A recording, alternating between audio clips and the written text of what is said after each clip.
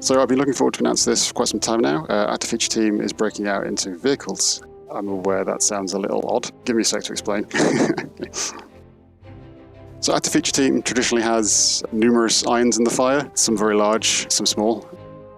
That said, all of them add to the wider canvas. Having the PU as a live game gives us a unique opportunity for not just the development of an MMO. The PU is all games combined, effectively. The PU gives us something unique in that we can reach out and ask people to test our features. Getting that feedback early on allows us to iterate, so it's great all around for all the games we're making. So one of the features we're working on right now is Mounted Gun. First glance, the feature may seem somewhat familiar in that we have a Gatling Gun on the side of the Valkyrie already. The issue with the current implementation of that is that it's leveraging the ship turret system. This new feature changes that up. We've implemented it in a way that's both sort of physically accurate, but also gives a much better player experience in terms of the Mounted Gun.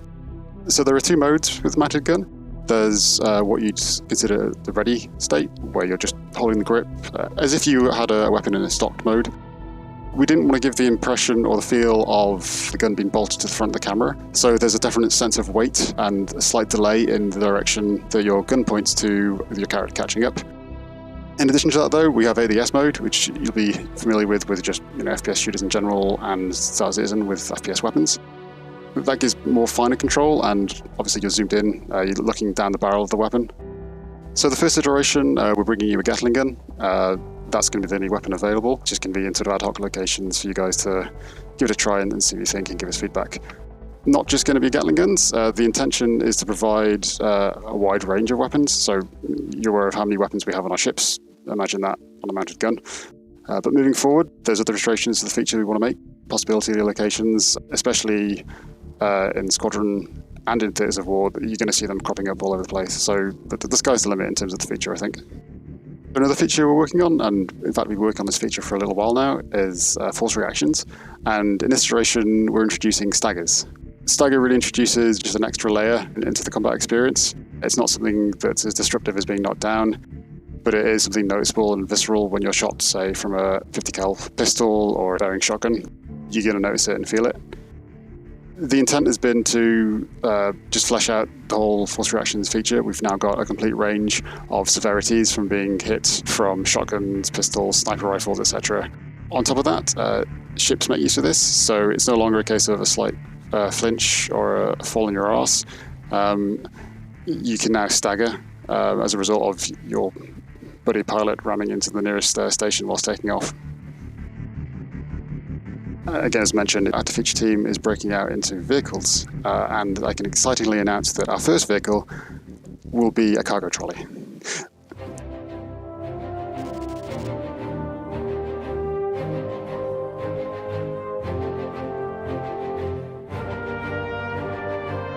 Star Citizen is many things. I didn't think we'd get to the point where it's Jackass in space, but now we have opportunities. So the feature we're working on is Trolley Push-Pull. Believe me, it does actually afford us quite a few things for the game. For one, it allows us to do cool things like pile corpses onto trolleys and push them around. Who doesn't want to do that? And no, Jared, I'm sorry, that there's not the ability to jump up on the back and ride down a hill. Not in this version, at least, anyway. There is, however, the potential for races. If you and a friend want to push each other around, I can see a new bracket in the Daymar Rally. As a feature, it's been really interesting because we've taken the approach of making it physically accurate. You have little coaster wheels that spin and rotate based on how you're pushing it. If you've ever pushed a trolley cart around a supermarket, you'll know how that goes.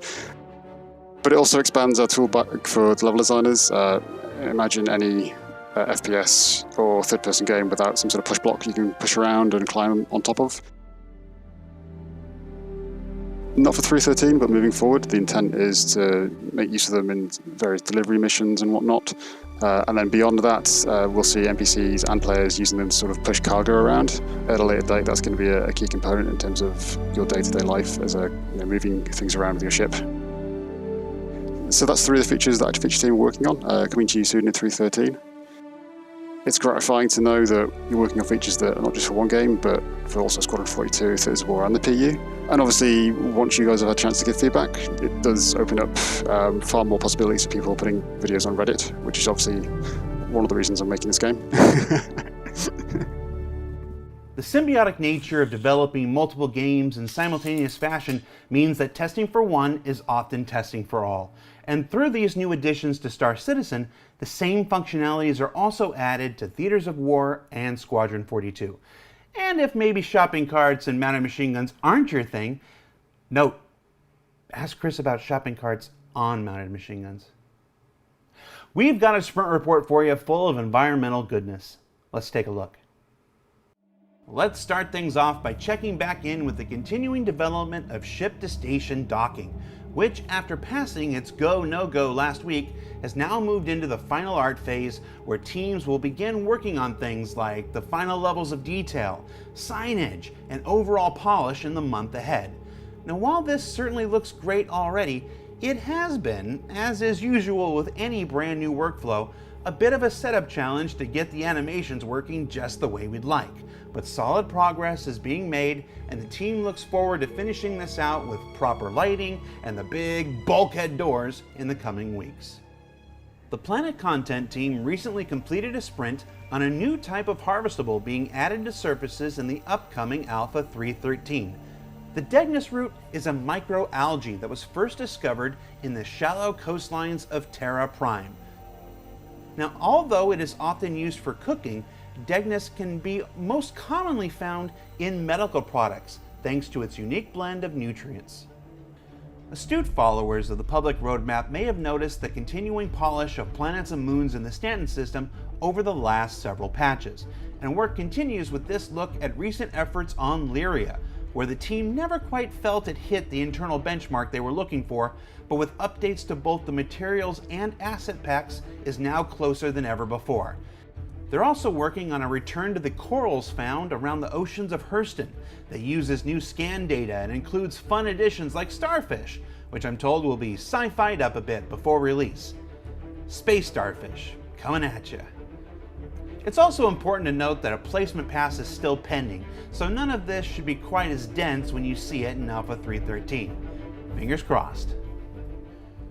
Looking a bit farther ahead, whiteboxing continues of several of the colonialism outpost buildings we've seen concepted over the last several months, using the idea of a small home as their starting point. You can see things like the standalone battery pack, the rooftop solar panels, and life support units. They've also begun to box out the small garage unit that can comfortably fit an Ursa rover, as well as a ladder up to the roof because we're always thinking about advanced traversal options, as well as some tests using the recently revealed terrain modification tool to see how the overall buildings work with the smoothing volumes. Internally, the team has also begun blocking out the social spaces, the brush extensions that connect each individual module, figuring out where they can hide the placement of viz areas and runtime probes so that they don't create visible seams for players to see, exploring the potential return of the conversation pit, because everything old becomes new again, hab units for players to decorate and store items, and this party in the bathroom. There's a seashells joke here, but I'm not going to make it. Outside, pre-production has begun on materials explorations and defining exactly how these structures are constructed in the lore of our universe, from the foundation stones at the bottom and up through the various paint layers, to exploring new types of hard surfaces for the interior edge wear effects, which are designed to remove sharp corners from every surface. It's a very different kind of building for Star Citizen, so the team is having a lot of fun exploring a more organic looking structure all around. Teams have also begun the white box blockout for 2 new hospitals beginning their journeys into the persistent universe, including this look at the new Babbage Hospital, soon to be found beneath the Aspire Grand, with new Bab's trademark skylight looking out to the skyline above it, as well as a pharmacy where you can stack up on med pens, and eventually an ambulance drop-off point, which, given the way I play, I expect to use more often than not. Also in White Box Blockout is Orizin's Hospital, which won't be a part of its original release, but is expected in a subsequent drop later this year. Finally, a special treat from some of our team members in our new Montreal studio, a look at initial blockout progress for a new Javelin derelict being used as an onboarding testbed for artists and designers alike. Now this was a fun warm-up task that allowed folks to learn the various ins and outs of our game engine, our workflow, and overall general process.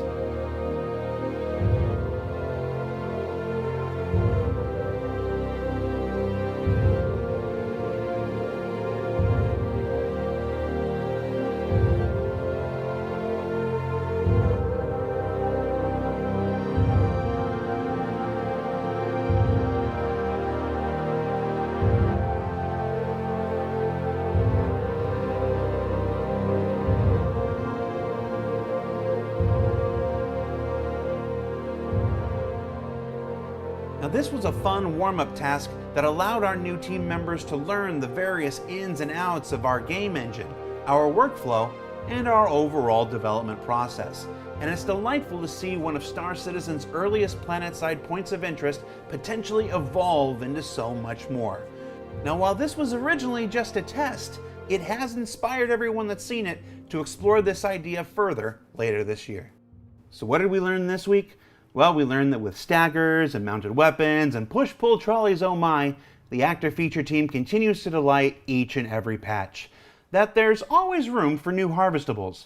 The hospitals signal the next major step forward in the life and death struggles of Star Citizens in the persistent universe. And that there's no reason a crashed spaceship can't be just as awesome as a fully intact one. Don't forget to check out the return of Calling All Devs tomorrow with Richard Tyrer and more actor feature team goodness. And for Inside Star Citizen, I'm Jared Huckabee. We'll see you all next week.